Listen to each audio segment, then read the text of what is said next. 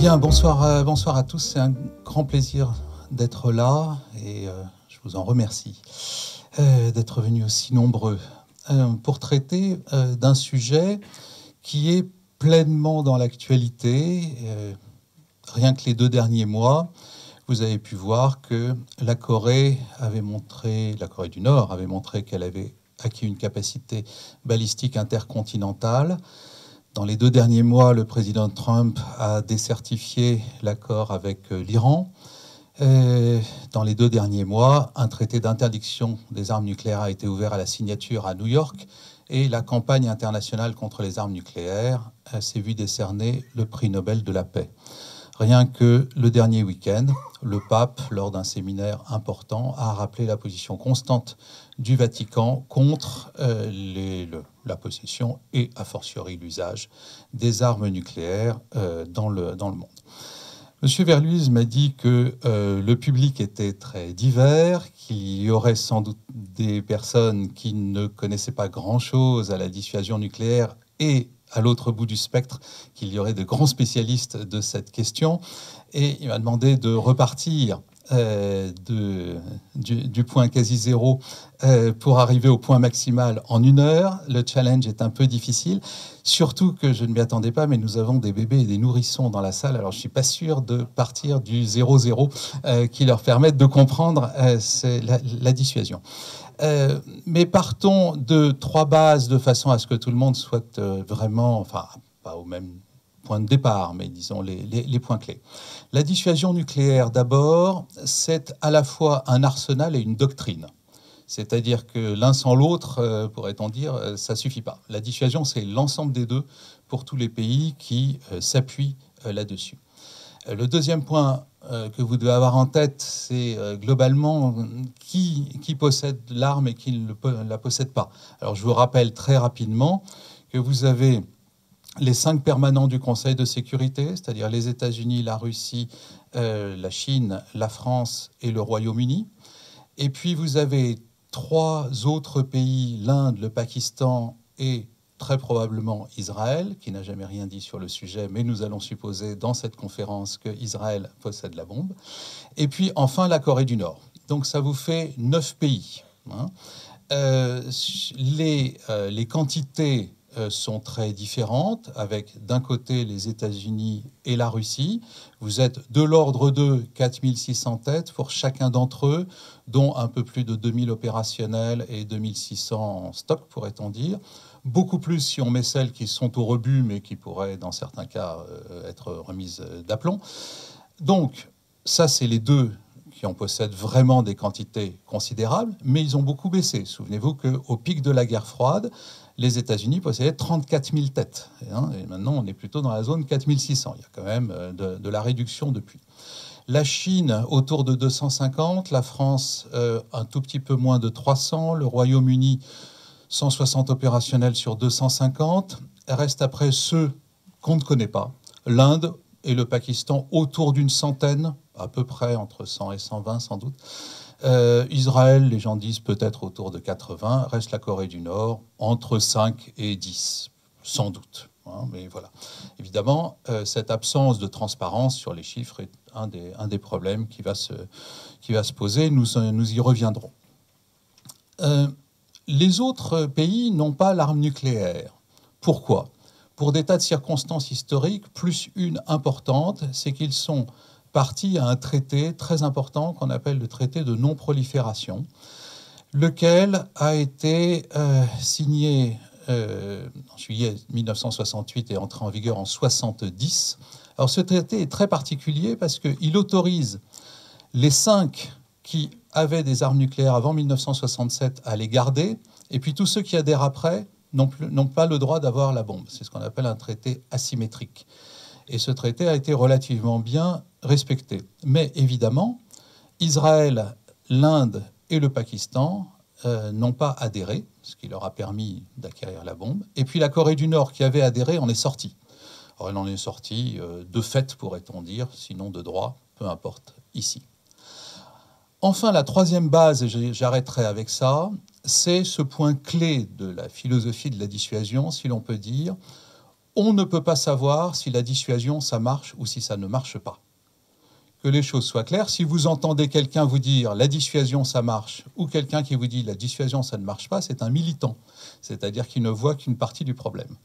Et en réalité, d'où vient cette indétermination fondamentale?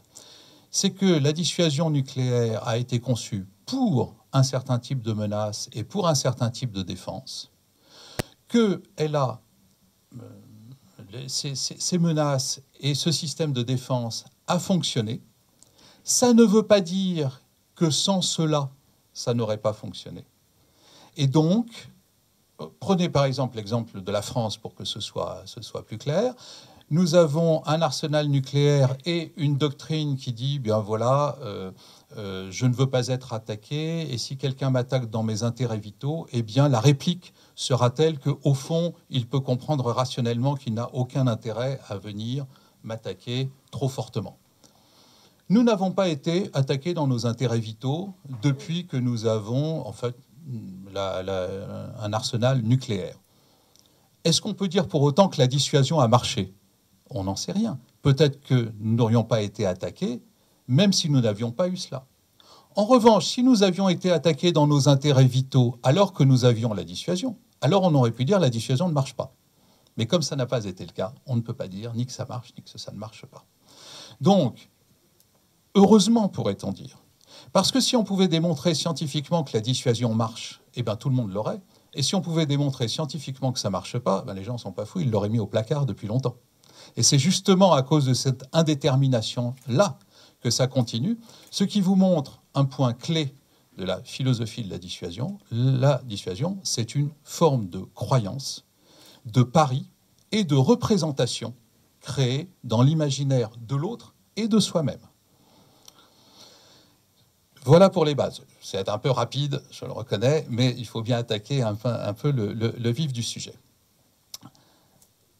Première grande partie à aborder, l'état du débat aujourd'hui, avant de regarder l'état du débat futur. L'état du débat aujourd'hui, c'est quoi? C'est un double mouvement. Un vaste mouvement international pour aller vers un monde sans armes nucléaires, et en même temps, un retour de la centralité de l'arme nucléaire dans toutes les questions géopolitiques.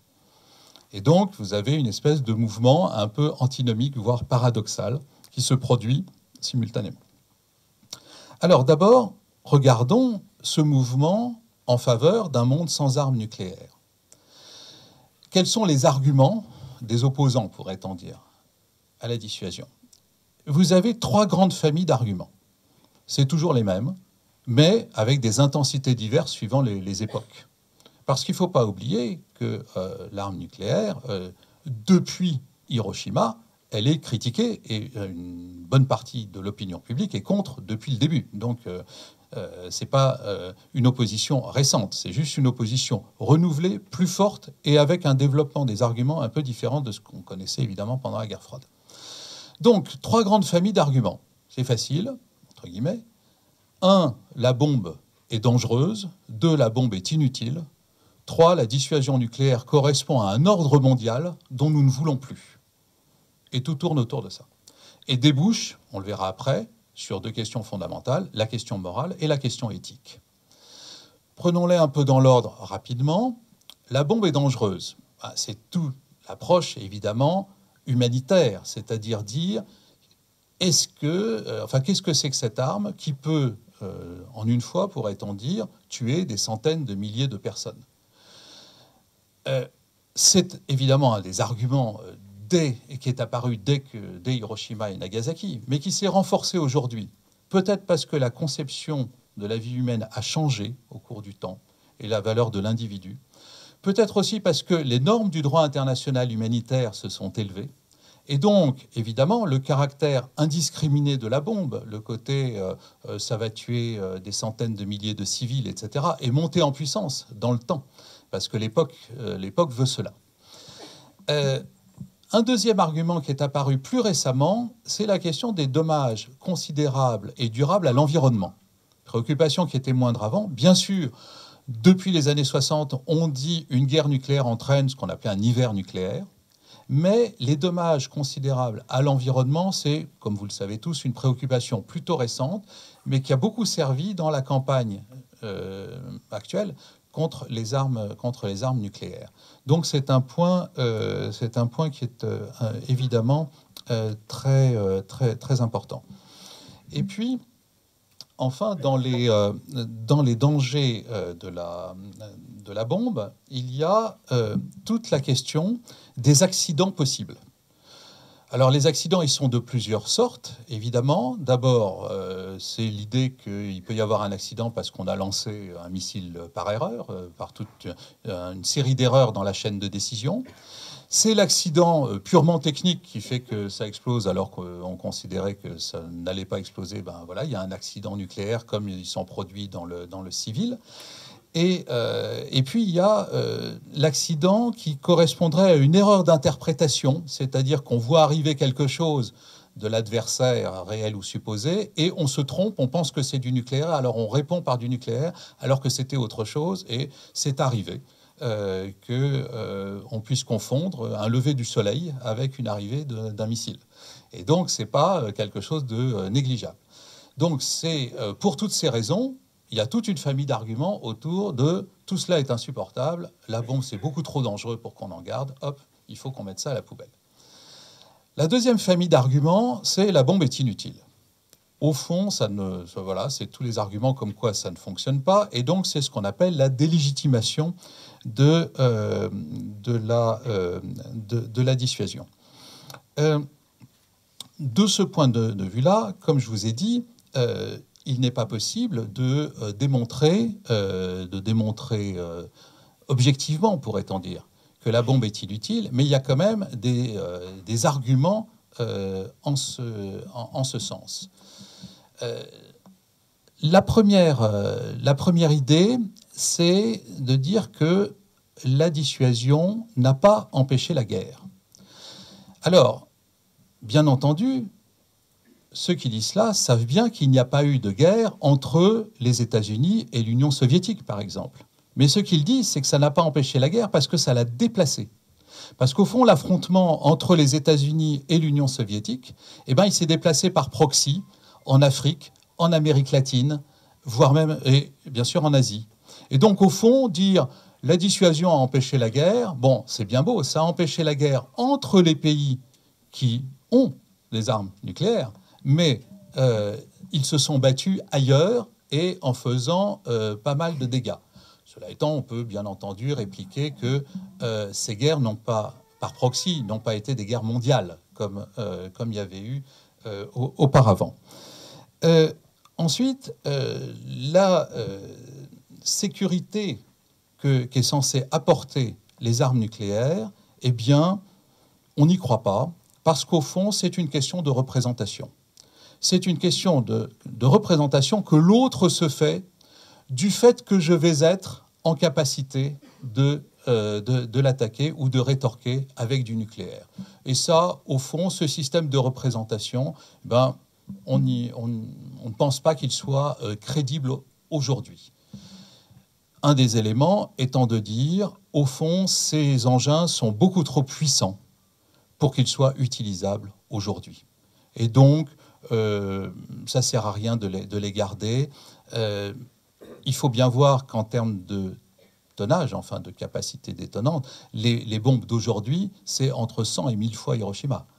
Donc ils disent, qu'est-ce que vous voulez utiliser un truc pareil, ça n'a pas de sens en réalité, donc autant les laisser tomber. Enfin, un dernier argument, c'est ça ne sert à rien parce que celui qui l'utilise contre un autre pays nucléaire s'expose en retour à une espèce de suicide collectif chez lui. Et au fond, personne ne prendra jamais une décision pareille. Donc, tout ça est bâti sur un système de représentation non crédible. On n'en veut pas, ça ne sert à rien, poubelle. C'est là donc la deuxième famille d'arguments sur l'inutilité. Troisième et dernière famille d'arguments, c'est tout cela correspond à un ordre nucléaire issu de la Deuxième Guerre mondiale dont nous ne voulons plus. Voilà. Alors, évidemment, ça ne s'est pas fait historiquement comme ça. Mais il est vrai qu'au bout du compte, les 5 permanents du Conseil de sécurité sont les 5 pays dotés d'armes nucléaires au sens du traité de non-prolifération. Et que ça leur donne une place totalement à part, asymétrique par rapport au reste du monde. Donc il y a une espèce d'inégalité qui ne correspond plus à ce que certains souhaitent comme ordre d'aujourd'hui, où tous les pays doivent avoir à peu près la même place et le même rôle dans le concert des nations. La deuxième attaque sur cet ordre mondial, c'est de dire, mais enfin, la bombe, elle est déclenchée par des chefs d'État et de gouvernement. Dans tous les systèmes où il y a du nucléaire, c'est le chef de l'État ou du gouvernement qui prend la décision et donc il bypasse l'ensemble de l'armée. C'est ce qui fait un des éléments clés. Vous ne pouvez pas imaginer une bombe, enfin, une dissuasion nucléaire avec une décision prise par un parlement, par exemple. Ça ne pourrait pas fonctionner. Ça relève de la décision d'un homme. Une femme, pour le moment, d'un homme.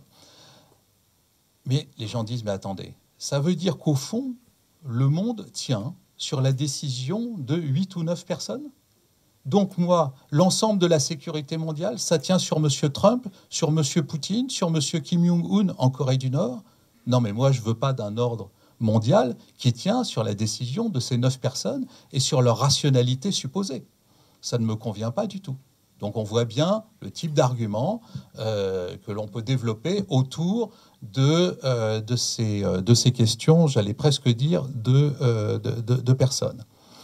Enfin, dernier argument sur l'ordre du monde, c'est cette idée que les pays nucléaires ne font pas vraiment d'efforts pour aller vers le désarmement nucléaire, qu'au fond cette situation les arrange, qu'ils vont garder ça parce qu'il y a une question de statut, que ça les arrange de se différencier ainsi et d'affirmer la puissance dans le concert des nations.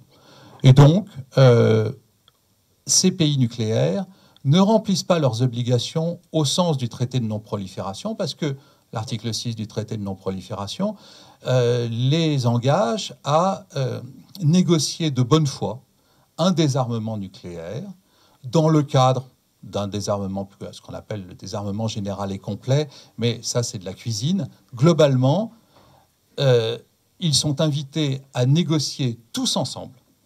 Or, ils ne l'ont quasiment jamais fait. Et ça n'a pas conduit, en tout cas, à des réductions d'armement. Il faut bien voir que les réductions effectives, pas la limitation, la réduction effective des armements, c'est toujours fait, soit de façon unilatérale, comme la France, partiellement la Grande-Bretagne, soit par des accords bilatéraux entre, par exemple, les États-Unis et l'Union soviétique, puis la Russie. Il n'y a pas eu de traité de réduction multilatérale du nucléaire. Et ça, c'est évidemment quelque chose qui, dans le monde moderne du multilatéralisme, où on veut promouvoir l'ONU, etc., est assez difficile à accepter par certains pays et un certain nombre de personnes. Donc vous voyez là tout un ensemble d'arguments contre l'ordre nucléaire tel qu'il est aujourd'hui, et qui débouche sur 2 questions dont on pourrait dire d'ailleurs qu'elles sont sous-jacentes, qu'elles venaient avant, je les ai placées après, qui sont la question morale et la question éthique. La question morale, tout d'abord, elle peut se poser de 2 façons différentes, suivant qu'elle porte sur la bombe elle-même ou sur la dissuasion nucléaire, ce qui n'est pas tout à fait pareil. Sur la bombe elle-même, vous pouvez poser la question morale en disant « il est immoral, ou est-il moral, d'avoir un engin capable de tuer d'un seul coup plus de 100 000 personnes. Qu'est-ce que c'est? Comment peut-on accepter ça? Est-ce que ce n'est pas un crime contre l'humanité? Est-ce que ça n'est pas une conception même de la valeur de l'homme qui est insupportable? Évidemment, vous pouvez, pour la relativiser, l'inscrire dans la morale de la guerre, c'est-à-dire est-ce qu'il est plus immoral d'avoir 200 000 morts après Hiroshima et Nagasaki que 350 000 morts avec les bombardements conventionnels sur les villes allemandes ou 500 000 morts par des bombes conventionnelles sur le Japon avant Hiroshima et Nagasaki? Donc, c'est pas que ça relativise forcément, mais on voit quand même que poser la morale de l'arme nucléaire pose aussi de façon générale la morale des des massacres de masse et des guerres de masse telles qu'on a pu les connaître au XXe siècle. Vous pouvez aussi poser la question morale pour la dissuasion, ce qui est différent, puisque la dissuasion, c'est justement ne pas faire la guerre. Donc, est-ce qu'il y a une morale à cela? Et à ce moment-là, il faut la poser de façon, j'allais dire, un peu méta, c'est est-il moral de menacer quelqu'un d'un acte immoral? Et c'est une question qui est extrêmement difficile à résoudre et qui se pose non seulement pour le nucléaire, mais dans plein de domaines de la vie. Bon, je pourrais me lancer là-dedans, mais il vaut mieux que ça vienne dans les questions si jamais cette question morale de la dissuasion vous intéresse. Ensuite, il faut poser la question éthique. Alors, la question éthique, c'est très différent. C'est le débat cher à Max Weber et à Raymond Aron. C'est entre l'éthique de la conviction et l'éthique de la responsabilité. Alors, l'éthique, maintenant, vous pouvez la diviser en deux, pour la bombe et pour la dissuasion nucléaire. Pour la bombe, c'est quoi?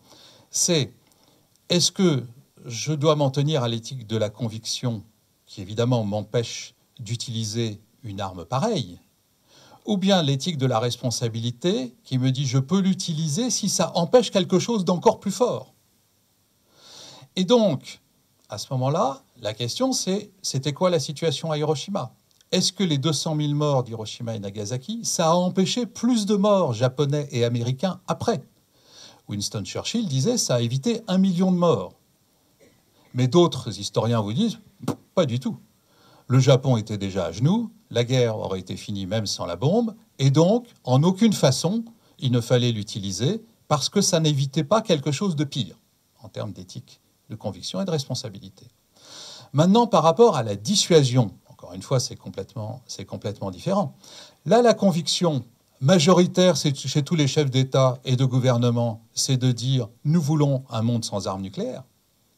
Et l'éthique de la responsabilité, c'est tant que je n'ai pas un système de sécurité collectif qui a fait ses preuves, et qui a fait ses preuves de façon plus performante que la dissuasion nucléaire au niveau mondial, je touche à rien. Et donc là, vous avez une tension, et le politique est obligé de trouver un équilibre entre justement son aspiration à un monde sans armes nucléaires et une espèce de principe de réalité qui lui dit « je ne suis même pas sûr que la dissuasion fonctionne, mais en tout cas, je préfère avoir ça que rien.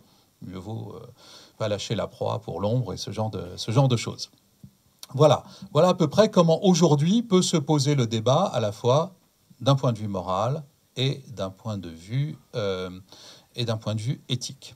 Ce qui m'amène maintenant effectivement aux arguments qui sont plutôt les arguments des pro-nucléaires, c'est-à-dire le fait que la dissuasion, et la bombe pourrait-on dire, mais la dissuasion nucléaire garde encore un aspect central de la géostratégie, et même en ce moment, c'est plutôt en train de monter en puissance. De la même façon que tout à l'heure, vous avez là aussi trois grandes familles d'arguments. La première, c'est de dire la dissuasion nucléaire contribue à la paix et à la sécurité, et de travailler sur cette question de la stabilité mondiale grâce au nucléaire. Argument de base, qui est vraiment l'argument le plus lourd en ce sens, ça a empêché le retour des grandes guerres que nous avions connues au XXe siècle, avec ces millions de morts. Et quel que soit ce qu'on peut dire sur les conflits qui ont suivi, il y a moins d'intensité et il y a moins de désastres que ce que nous avions connu. Un argument fort. Alors, par exemple, pour la France, évidemment, dans l'histoire de France, à partir du Moyen-Âge jusqu'à 1939, c'est quoi la durée maximale sans guerre sur le territoire métropolitain? C'est 47 ans. Depuis la guerre, vous avez plus de 70 ans. Vous vous dites, ah ben, il faut que je regarde tout ce qui fait qu'on n'a pas eu de guerre sur le territoire métropolitain depuis 1945. Et vous allez trouver plein d'arguments, dont mais plein d'autres. Il y a l'OTAN, il y a la construction européenne, il y a le traité franco-allemand, il y a le souvenir même de la guerre, qui fait qu'on n'a pas envie de recommencer. Il y a le fait qu'on est moins impérialiste qu'avant, et comme on ne veut pas aller conquérir les autres, ben, ils ne veulent pas venir chez nous. Il y a plein d'arguments. Mais il y a aussi celui de la dissuasion nucléaire et de l'ordre nucléaire. Et certains disent que cette dimension-là, a été fondamentale dans le fait que nous soyons en paix depuis une période incroyablement longue de 70 ans, qui fait que le souvenir de la guerre s'estompe dans les familles, que la photo du grand-père, du père, du cousin, du mari mort à la guerre disparaît progressivement de la cheminée du salon, et que les jeunes aujourd'hui ne se pensent pas dans une guerre sur le territoire métropolitain. Ils savent qu'il y a des guerres, mais plutôt pas sur le territoire. Donc un vrai changement de paradigme, dont une partie est attribuée à la dissuasion nucléaire, sans qu'on puisse dire quelle partie par rapport à d'autres éléments aujourd'hui. Donc cet aspect-là de la contribution de la dissuasion à la paix et à la sécurité, c'est évidemment fondamental. L'autre point, ça consiste à dire que le nucléaire, aujourd'hui, s'est finalement concentré sur quelques théâtres d'opération très précis, dans le cadre de circonstances historiques bien délimitées. Aujourd'hui, où est-ce que vous avez des problèmes en termes de tension nucléaire? Évidemment, encore entre les États-Unis et la Russie, un problème autour de l'Europe, pourrait-on dire, puis même un problème géopolitique général, un problème au Moyen-Orient, un problème Inde-Pakistan, un problème Corée. C'est là qu'il y a les vraies tensions. Or, si vous revenez un peu en arrière historiquement, entre 1945 et 1955, la communauté internationale coupe en deux 4 territoires. L'Allemagne est coupée en 2 pour créer la RDA. La Palestine est coupée en 2 pour créer Israël. L'Inde est coupée en 2 pour créer le Pakistan. La Corée se retrouve coupée en 2. 4 coupures. 70 ans après, la vraie problématique du nucléaire est encore autour de ces 4 coupures, en réalité. Ce qui vous montre que toutes les autres ont été plus ou moins réglées. Si vous n'avez pas réglé la question politique sous-jacente à l'apparition des armes nucléaires dans une région donnée, vous ne pouvez pas espérer en réalité diminuer la tension nucléaire. On a réglé la question allemande. Qu'est-ce qui s'est passé? Diminution drastique des armements nucléaires des Russes et des Américains. On n'a pas réglé la question israélo-palestinienne pour aller vite. Et vous avez eu autour du nucléaire israélien énormément de tensions. Et maintenant, la question iranienne qui vient se mettre par-dessus. Inde-Pakistan, on n'a pas réglé cette coupure. Hop, apparition d'une dissuasion mutuelle entre les deux. Corée, le Coréen du Nord estime qu'il est en péril dans une configuration où la paix n'a jamais été signée, et il veut parler aux Américains et se mettre aussi haut qu'eux, pourrait-on dire, il se met à avoir un arsenal nucléaire. Et donc c'est intéressant, je trouve, de voir que, alors que dans les autres domaines, vous avez le cercle vertueux, la paix entraîne le désarmement, qui entraîne de la paix, qui entraîne du désarmement, etc. Pour le nucléaire, ça ne marche jamais comme ça. Il n'y a jamais eu de réduction des arsenaux nucléaires s'il n'y avait pas eu avant une amélioration de la relation et une baisse de la tension géopolitique de ceux qui possèdent cette arme. C'est ce qui a permis, entre autres, après la fin de la guerre froide, à la France de passer de 600 têtes à 300 têtes.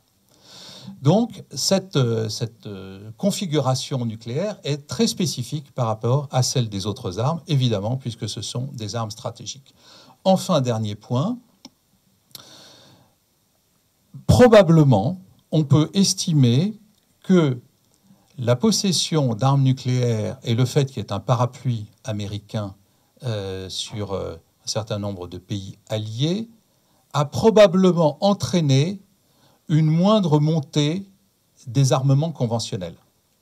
C'est l'effet selon lequel la bombe est réductrice de certaines inégalités. En gros, si j'ai la bombe, je n'ai pas besoin de me doter d'un arsenal conventionnel considérable. Je peux réduire mon arsenal conventionnel, ou au moins ne pas trop le laisser monter, parce qu'au fond, j'ai le nucléaire qui est une espèce de réducteur de la différence avec celui qui est en face.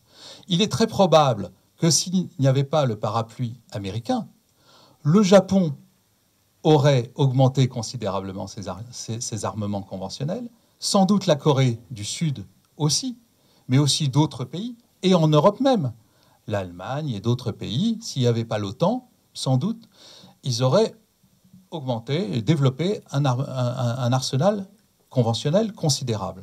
Donc il y a cet effet de stabilisation.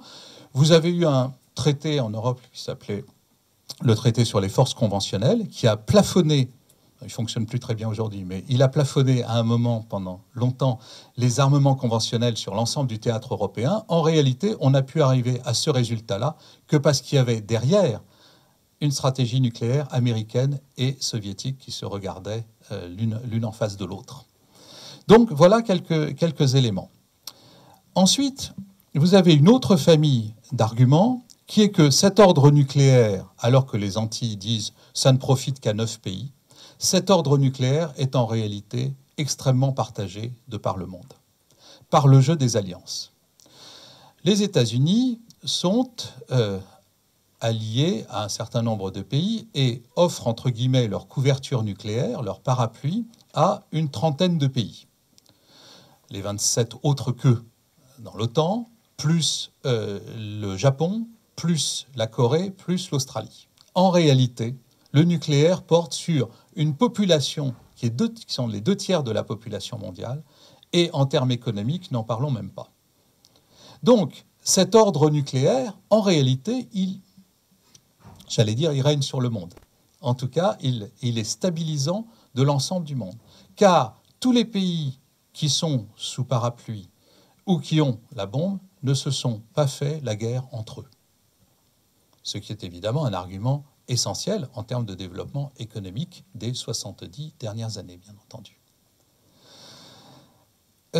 À cela, ajouter, mais c'est un peu technique, une absence de nucléaire dans des zones entières, puisque vous avez aujourd'hui des zones dites sans armes nucléaires, à travers toute une série de traités qui portent le nom des villes assez exotiques où ils ont été signés. Donc vous avez le traité de Pelindaba, le traité de Tlatelolco, le traité de Semipalatinsk.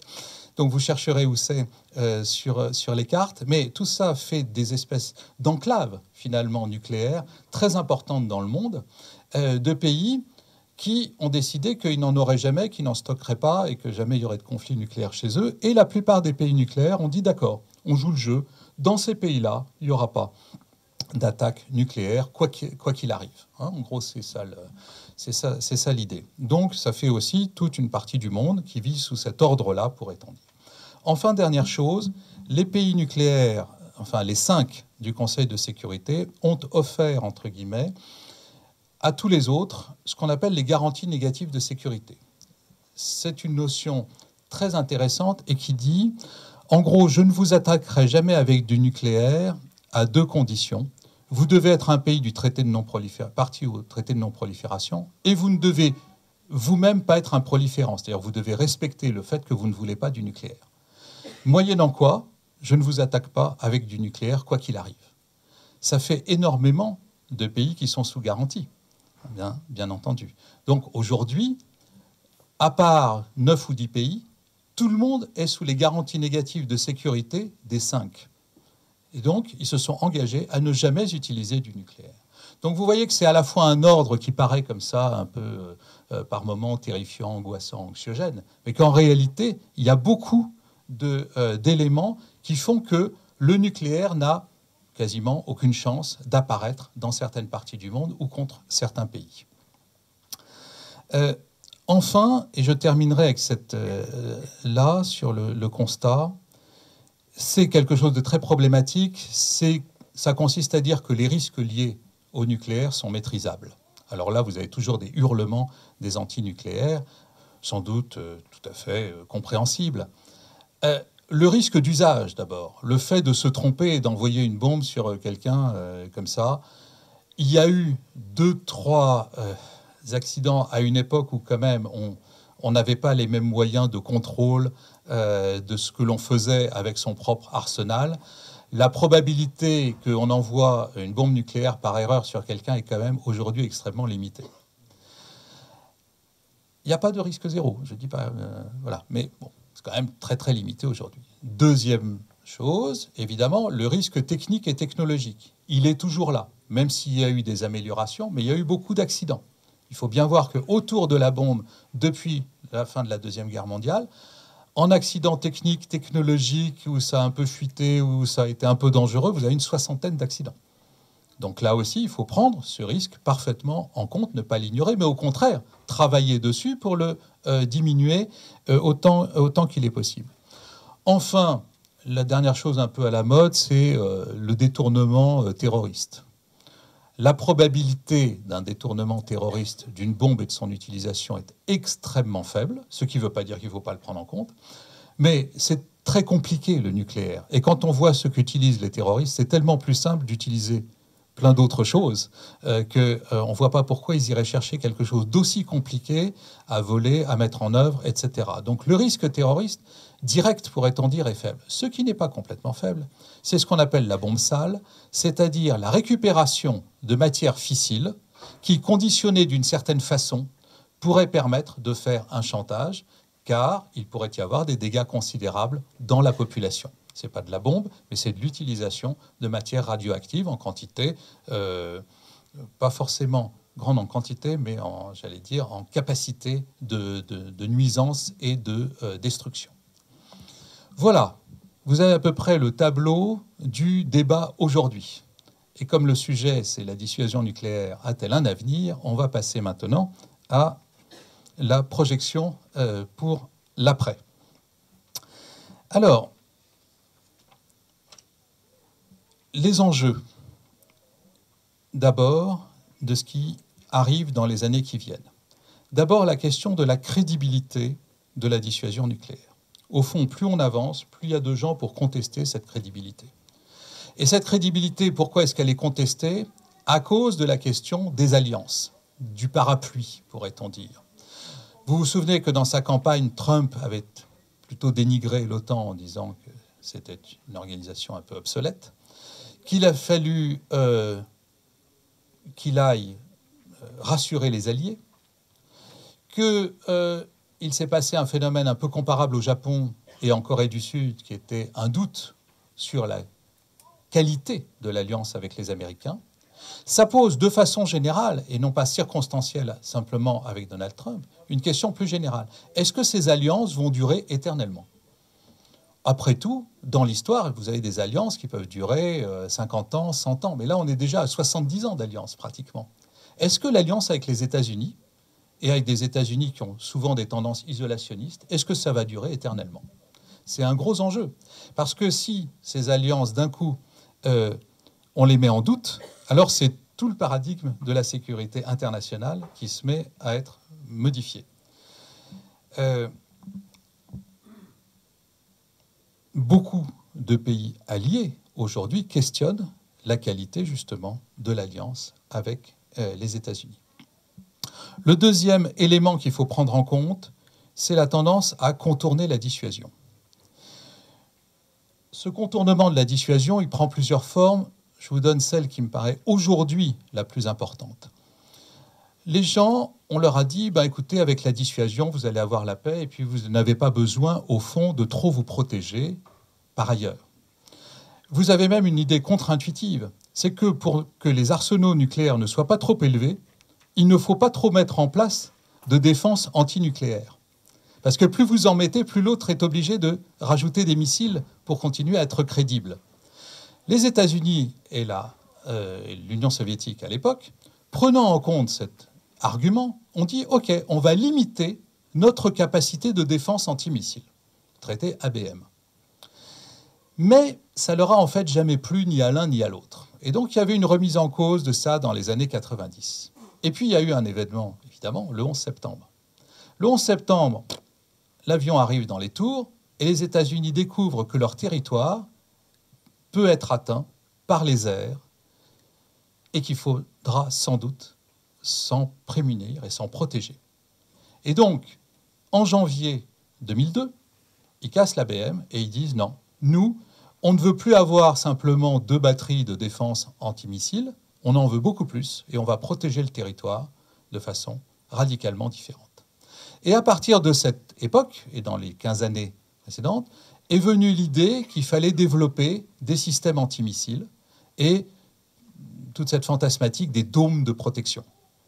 Donc, on veut bien la dissuasion, mais enfin, on ne sait jamais. Si jamais il y a quelque chose qui nous arrive dessus, pas sûr que l'autre soit dans la même culture de la dissuasion que moi. J'aime préférer avoir des missiles pour atteindre ce qui m'arrive dessus. Mais vous voyez que faisant cela, évidemment, on atteint la dissuasion. On la contourne quelque part, parce que ça veut dire qu'on ne croit pas à sa force première, et qu'on va pas être touché par l'extérieur. Et donc, c'est la tendance actuelle de dire, bon, OK, la dissuasion, c'est vraiment pour des cas très particuliers, mais pour le reste, je m'équipe de missiles, antimissiles, pour être sûr que, quand même, je puisse me protéger et me défendre. Sur les éléments aussi du débat actuel, c'est évidemment les risques de cascade de prolifération. Aujourd'hui, vous avez deux pays qui sont problématiques par rapport à la prolifération, l'Iran et la Corée du Nord. OK. Supposons qu'on n'arrive pas à contrer, par exemple, la Corée du Nord, d'obtenir d'ici 1 an une capacité dissuasive, c'est-à-dire à la fois la bombe et le vecteur. Qu'est-ce qui se passe ? Il n'est pas impossible que d'autres pays comme le Japon et la Corée disent « attendez, nous, on veut bien toutes les batteries antimissiles, on veut bien l'alliance avec les États-Unis, mais ça serait bien si on avait des bombes chez nous. » Et donc, au début, ils partiront dans une logique de stationnement de bombes américaines, mais peut-être qu'un jour, ils auront peut-être envie d'en avoir. La prolifération de quelques-uns peut entraîner des cascades de prolifération. L'Arabie saoudite a toujours dit, si jamais l'Iran a la bombe, alors, quelles que soient les circonstances, je me doterai aussi. La Turquie sera sans doute dans un cas comparable. Et donc, la prolifération, ce n'est pas seulement 1 ou 2 pays, c'est tout ce que ça peut entraîner derrière, avec des images un peu fantasmées, où on peut penser que si on n'a pas réussi à contenir la prolifération, vous pouvez avoir 10, 20, 30 pays supplémentaires. Enfin, on est dans de la science-fiction, mais enfin, vous voyez l'enjeu qu'il y a à bien traiter la question iranienne et la question nord-coréenne. Elles vont servir d'exemple pour la suite et pour les autres. Okay ? Alors, un petit mot quand même sur le fait que pour les contrer, les approches juridiques sont un peu faibles. À plusieurs ici, nous avons essayé de faire passer l'idée, avec d'autres, d'un traité qui limiterait la possibilité pour les pays de produire des matières fissiles à des fins militaires. Pour le moment, c'est un flop. Quant au traité d'interdiction des essais nucléaires, qui permet aussi de limiter quand même la capacité des pays à se doter de l'arme, eh bien, il existe, mais il n'est jamais entré en vigueur. Il est plus ou moins contourné et on pourrait parler ad nauseam de la question de l'absence d'essai, mais d'un système de calcul et de simulation qui permet plus ou moins aux pays nucléaires de moderniser, de pérenniser les arsenaux. C'est un débat évidemment en soi. Je termine maintenant avec mon dernier grand chapitre qui est l'adaptation de la dissuasion dans le futur.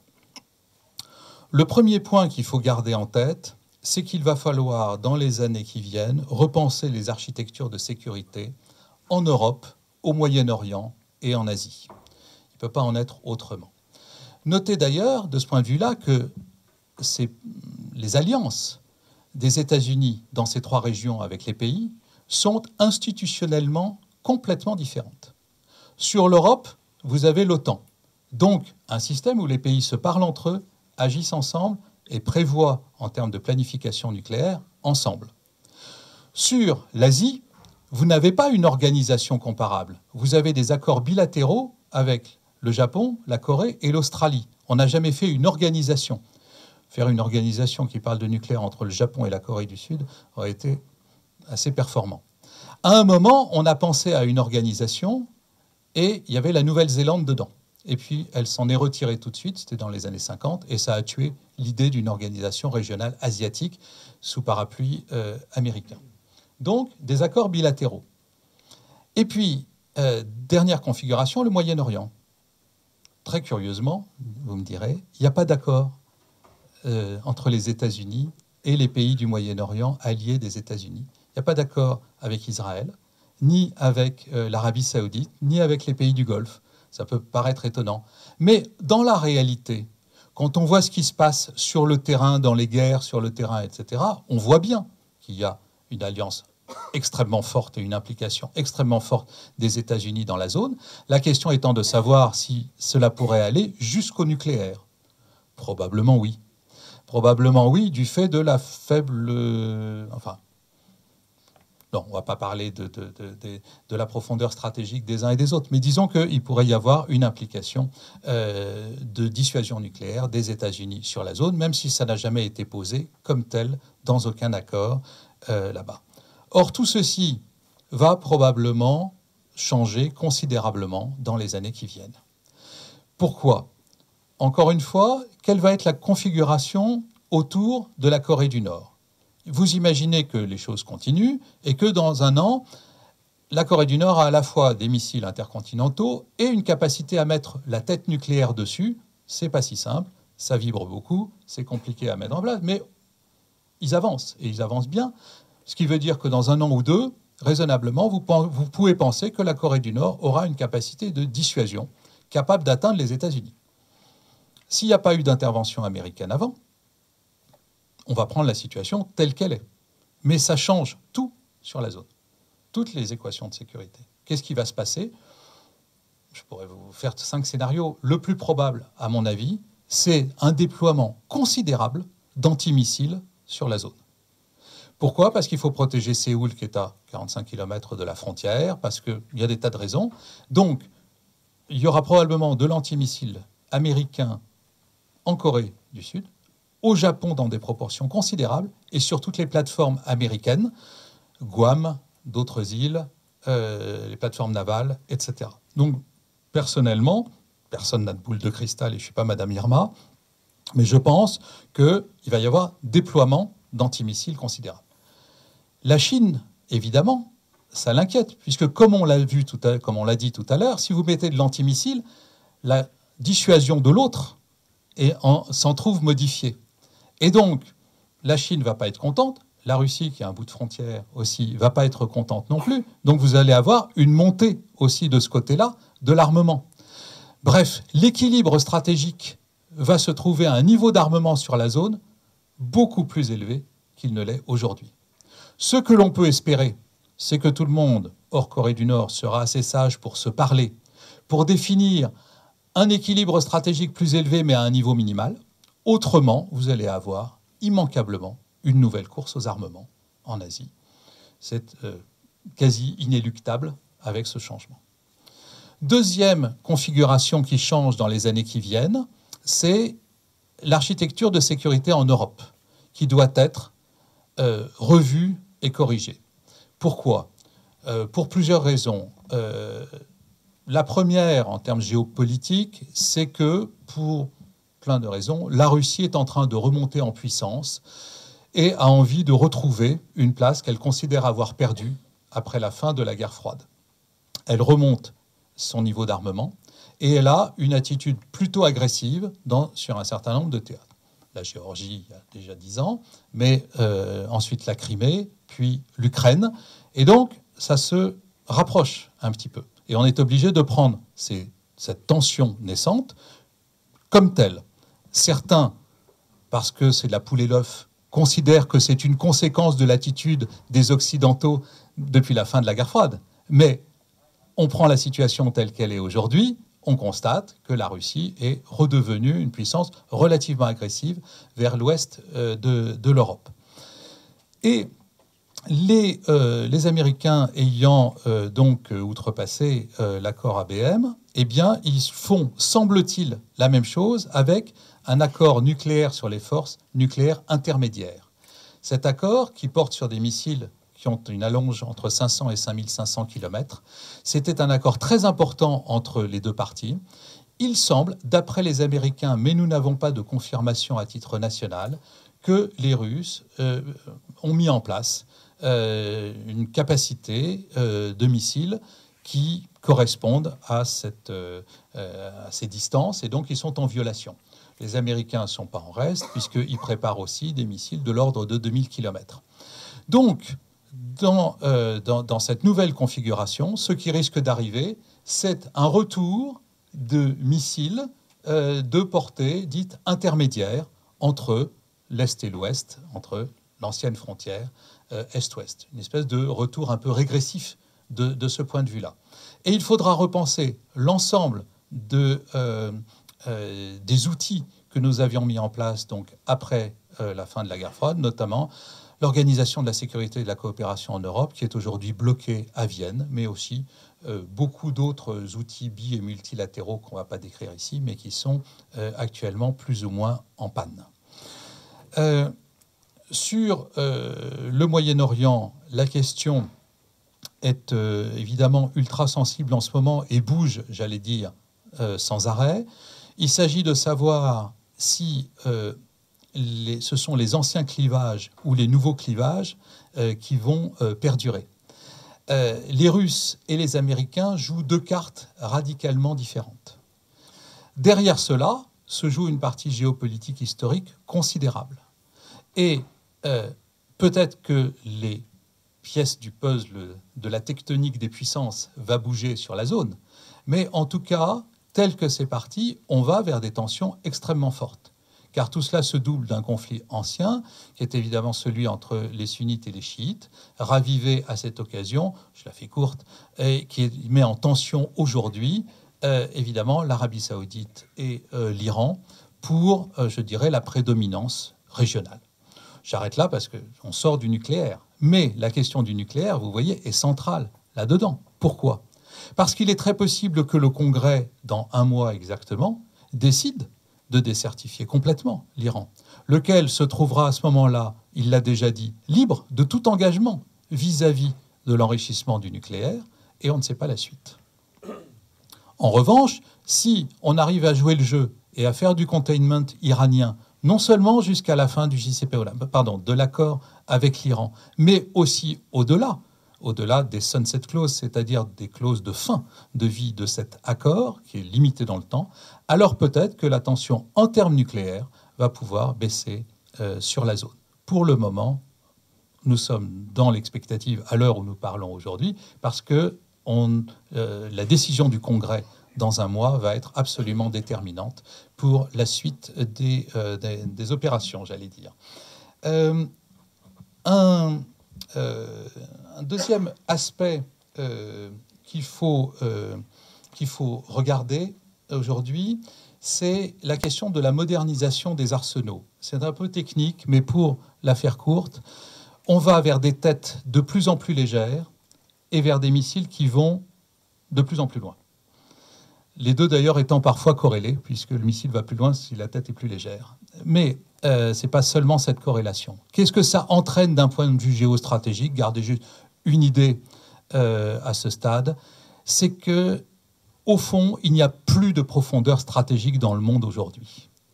Avec l'allonge des missiles, avec le cyber, avec les drones, avec les sous-marins qui arrivent devant les côtes d'un autre pays sans se faire voir, au fond, c'est quoi la profondeur stratégique ? Aujourd'hui, en tout cas, elle est remise en cause et la façon dont elle va être pensée dans les années qui viennent sera déterminante sur la question des arsenaux. Ce qui m'amène à mon tout dernier point, peut-être que nous verrons bientôt d'autres formes de dissuasion que la dissuasion nucléaire. On sait que la dissuasion conventionnelle, ça ne marche pas. Ce n'est pas parce que l'armée de l'autre est plus forte qu'elle n'est pas attaquée. On l'a vu dans l'histoire. Et historiquement, on voit que jusqu'à 3 fois plus, une armée plus faible est capable d'attaquer. Si l'armée de l'autre est plus que 3 fois plus importante, il commence à réfléchir. Bon. Que la profondeur stratégique a toujours été déterminante dans les conflits. Je veux dire que Napoléon et Hitler, quand ils sont arrivés à Moscou, ils étaient au bout du rouleau et ils ont dû rentrer. On n'attaque pas la Russie comme ça, surtout en plein hiver. Donc toutes ces questions de dissuasion conventionnelle, ça ne marchait pas. Il n'y a pas de dissuasion conventionnelle. Il n'y a pas d'ailleurs non plus de dissuasion par les armes chimiques ou le biologique. À ce stade, seule la dissuasion nucléaire semble avoir fonctionné dans sa dimension dissuasive. Ça ne veut pas dire que ça va rester et qu'il n'y en aura pas d'autres. On peut penser notamment au cyber. et ce qui peut passer en cyberattaque et en cyberdéfense. Et un cyber développé de façon extrêmement sophistiquée par l'intelligence artificielle. C'est un peu science-fiction. Mais qu'est-ce que ça veut dire en termes de dissuasion? Vous ne menacez plus l'autre d'exterminer 100 000 personnes, vous menacez l'autre de lui bloquer son pays, de le paralyser, de paralyser toutes les infrastructures vitales. Et vous pouvez imaginer une dissuasion dans laquelle on dit à l'autre « Oula, tu ne m'attaques pas, parce qu'autrement, autant dire que ton pays est en panne et pour longtemps. Et si tu m'attaques par le cyber, je saurai, j'ai la capacité de faire la même chose dans l'autre sens. » Encore une fois, pas de boule de cristal, mais on peut imaginer, vu les développements du cyberespace aujourd'hui, que cela peut être un élément du cyber plus tard. Je termine, et en titre de conclusion, qu'est-ce qu'il faut retenir de tout ça? D'abord que l'arme nucléaire n'a pas été utilisée dans le combat après Hiroshima et Nagasaki, bien entendu. Et qu'il faut donc se poser cette question clé, qui est pourquoi est-ce qu'elle n'a pas été utilisée? Et c'est là que l'approche humanitaire est faible, parce qu'au fond, elle suppose que, comme toutes les autres armes, à partir du moment où on la possède, alors on va l'utiliser. Sauf que ce n'est pas le cas, historiquement. Il y a donc bien quelque chose qui retient la main des puissants pour appuyer sur le bouton. Et c'est sans doute le souvenir d'Hiroshima. C'est là le cynisme de l'histoire. S'il n'y avait pas eu Hiroshima et Nagasaki, les images d'Hiroshima et Nagasaki et les conséquences, il n'y aurait sans doute pas de dissuasion nucléaire, parce que c'est inimaginable avant que ça ne soit arrivé au moins une fois. J'avais dit, pour le 70e anniversaire d'Hiroshima, il y a 2 ans, à la fin de mon intervention pour la France, quelque chose qui était difficile, un peu tangent, parce qu'il y avait 2000 personnes, dont quasiment que des Japonais, et surtout les Hibakusha qui étaient là, c'est-à-dire les rescapés de Nagasaki et d'Hiroshima. Et j'avais dit à la fin qu'il fallait évidemment ne jamais oublier le souvenir, et que quelque part, les morts étaient encore là parce que nous vivions encore sous leur protection. C'est difficile comme argument. C'est de dire, au fond, c'est le souvenir d'Hiroshima et de Nagasaki qui empêche que ça recommence. Ce qui veut dire qu'il faut garder ce souvenir, toujours fondamental. D'où l'ambiguïté de cet argument. C'est que les antinucléaires l'utilisent pour dire « plus jamais ça, donc il ne faut plus la bombe », et que les pro-nucléaires disent surtout « n'oublions pas ça, car c'est ça qui fait la dissuasion ». Vous voyez l'ambiguïté un peu perverse de ce type d'argument. N'empêche que c'est bien autour de ça que ça se joue.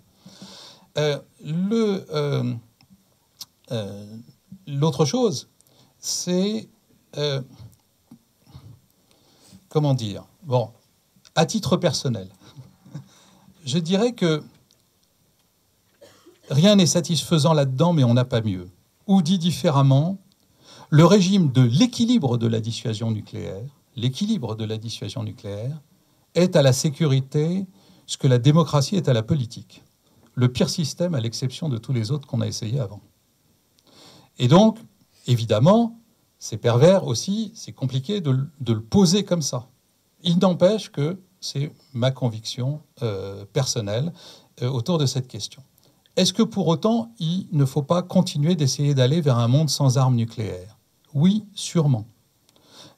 Toutes les armes ont eu leur durée de vie, pourrait-on dire, dans l'histoire, et puis elles ont disparu au profit d'autres. Il est très probable qu'un jour, il n'y aura plus d'armes nucléaires. Mais à une condition, c'est qu'on ait trouvé un système de sécurité collective qui assure au moins le même service. Ce qui, à ce stade, on n'en a pas trouvé, on n'en a pas sous la main. Et donc, il faut garder en tête que l'arme nucléaire n'est pas éternelle, que sans doute il faut trouver d'autres systèmes de dissuasion, mais que, comme disait un président il n'y a pas si longtemps, « not in my lifetime », ça appartiendra sûrement à la génération suivante de trouver ces nouveaux systèmes de dissuasion, génération suivante qui sera en charge de cela et dont une partie, au fond, est dans cette salle, et je leur souhaite bon courage. Merci.